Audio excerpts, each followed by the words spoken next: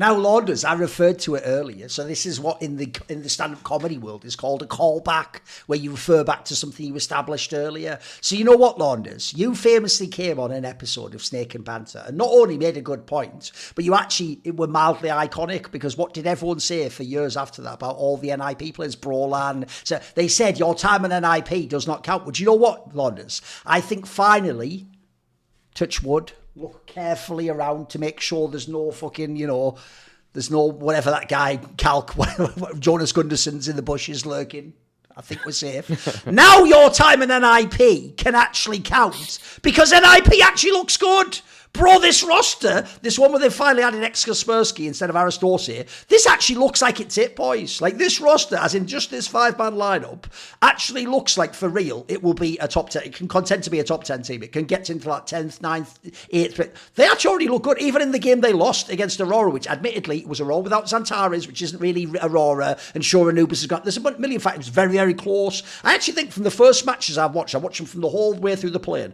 Bro, this team actually, like, obviously I have biases. I like Snappy. I think Shush is like underrated player. I do also think Wrinkle. The thing with Wrinkle is this, guys. He doesn't have like the insane stats every game of like a massive superstar. But if you ever watch his style of play, there's something about this guy. He has like some fucking magic to his game, So I actually think this roster's pretty good now. Like, I was never a big Aristose believer anyway. For me, Ujux was always easily the best player in those Saw players. I just figured they just wanted to pick up 2 players. And obviously this guy had been like benched and all that drama last year. So that one was fine to remove. I think Kaspersky, I only saw him obviously at Elisa Masters online and a little bit online with Ents. He looked like he's good. He has crispy aim. So I actually think this is the roster to redeem like Snappy's name. People like Shush still get to be relevant. I actually think people like Wrinkle and the Kaspersky, they could be stars in this game. I actually think this is a fucking cool roster. So after all those years of like, whack rosters or ones where it just looks like they've thrown 5 names together, or are they still daring to imply they're going to go back to Sweden? There's no Swedish players in the team now. You don't even have to worry about that weird angle of like, are they going to quickly pivot back to being Swedish? So now I actually think, Claunders, your time on NiP should count from now on, because it actually looks like they could be decent. What do you think? I am down to start the timer. I didn't want to be the one to do it myself, because that's a big risk. So I'm happy to let you run it. I think if I like the way you're making it sound like it's an atomic clock, and it's like when it reaches 12, finally your time counts again. Okay, right, okay. Yeah, I am a little bit scared, because it's been so much time where it didn't count, but maybe it has to eventually. And I think if you the most generous thing I can say about them is they have comparable quality and composition to G2 right now, where I think you're getting a lot of players who can all play a lot better, and they can complement each other, and then they have the right IGL. So they built like a very Saw-esque roster with, I'm sure, the help of Snappy. Wrinkle was that Ukrainian opper who was extremely good, who might have lost his career on the wrong lineup, but because Snappy was there and he's committed to try to make the team better, they've survived a lot. I mean, I thought they were going to get lost in VRS, but they made their way up. They've actually succeeded at Cologne. It was obviously clear that someone like Snappy was going to be able to, if he got the chance, to play well versus tier 2 and tier 1 teams. But if you spend too much time in the CCTs and everything, then you just don't get enough points to try. So I want to give him credit. I think my main criticism for Snappy actually was an emotional one. I feel like he had a lot of disdain for CS2. And if you're going to play the game, I feel like you have to find a way to make it work, because everyone else is. Sure. And, you can have your complaints and want things to change, but you're also actively competing every day. And I couldn't see the enjoyment when I hear him talk about the game ever. So I was a little bit like, okay, well, how good's his team going to be then? But the results are showing that they're actually a good roster. Kaspersky is just so much more reliable than Erasdos was on this roster. Erasdos was a liability so frequently. So last season, it felt like you give them enough time, they'll break into the top 20, start getting some VRS invites.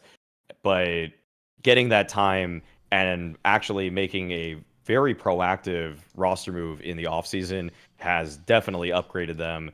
This guy, Kaspersky, I mean, he can just be a game changer. He can find 3 kills, maybe in like a mid-late round situation, and nobody else on the team is even going to do that, because he can just be so quick with just getting kill to kill to kill. And honestly, I don't know what was wrong with Erasdos. I don't know if it was a language thing or what, but I never saw even a shred of what he had in the past when he was playing with Snappy, with NiP. And so hopefully he gets a better situation around him. But yeah, no, I think every player now, having seen a bit of them so far at the play-in, is capable in position. And maybe they don't have the highs of a team like G2, which you compared them to, but I would almost even say that some of them play better team CS overall. Like I'm taking Heavy God over Shush today for sure, but I never sold my Shush stock. I still know that he's incredibly capable at playing in a variety of system strategies, not being a losing condition on a round, and making sure that even if the team is gambling somewhere, he's going to be the safe guy on the other side of the map that's just going to make sure that he either stays alive or just gets his one and peels off. I'm pretty excited about them, but it's tough because I just still feel like they're on the cusp of invites. I'm not sure if they push through into that point where they're going to be getting invites to everything so far. Sure. But they definitely have the potential to be doing it. And with the victories that they found already versus Heroic and 3D Max, I would almost just say they should. So if VRS hasn't put them up there yet, they've shown the ability to do it so far. I'm just being cautious only because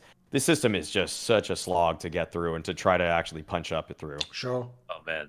Yeah, when I think about VR, like when I see them at 20, I'm like, that's actually remarkable considering where they were like that's awesome, 8 months ago. Yeah, they were playing a million. Genuinely, tournaments. like I don't know what it's like to be a pro player on a team at a rank 100 when I was in the top 5. I don't know what that feels like, but I could just imagine like you just are like depressed and hopeless at some point. You're just like the climb is too big. There's too much randomness. There's literally throwing and cheating in tier 2. You don't know what kind of game you're going to get. Like we could very easily fail and not be our fault at all. So the fact that they still have made it to top 20, I feel like that's almost as impressive as going from like 20 to 10. Just it's a lot worse teams, but a lot more RNG. So you have to realize in Snappy's career, between this team and then fucking that shenanigans with Ents when he had to try and get into the blast partner system when he wasn't a blast partner, like everyone else in tier 1 just wakes up and they're in the tournament like, what time's the first match? Snappy to get into any of these tournaments is like that fucking scene in John Wick where it's shot like really high up from third POV. He has to fight like 700 fucking goons just to like enter match one of the tournament and has to stay alive through all those. It's fucking mad, isn't it? He just has the cursed career. I don't know what it is with this guy's career. It's cursed, mate. Then again, though, at the same time,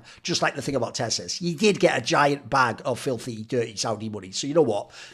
The tear's gone back in. It's actually reversed into the tear duct. Oh, well, you know what? Fucking just deal with it, innit? You've got fucking more money than God, mate. So, you know, now grind. Good. Now grind. This is it. I'm in. I'm in for the grind. See more cool, funny, interesting clips based on topics from my content? Well, subscribe to this channel then, or, you know, be a pleb and don't.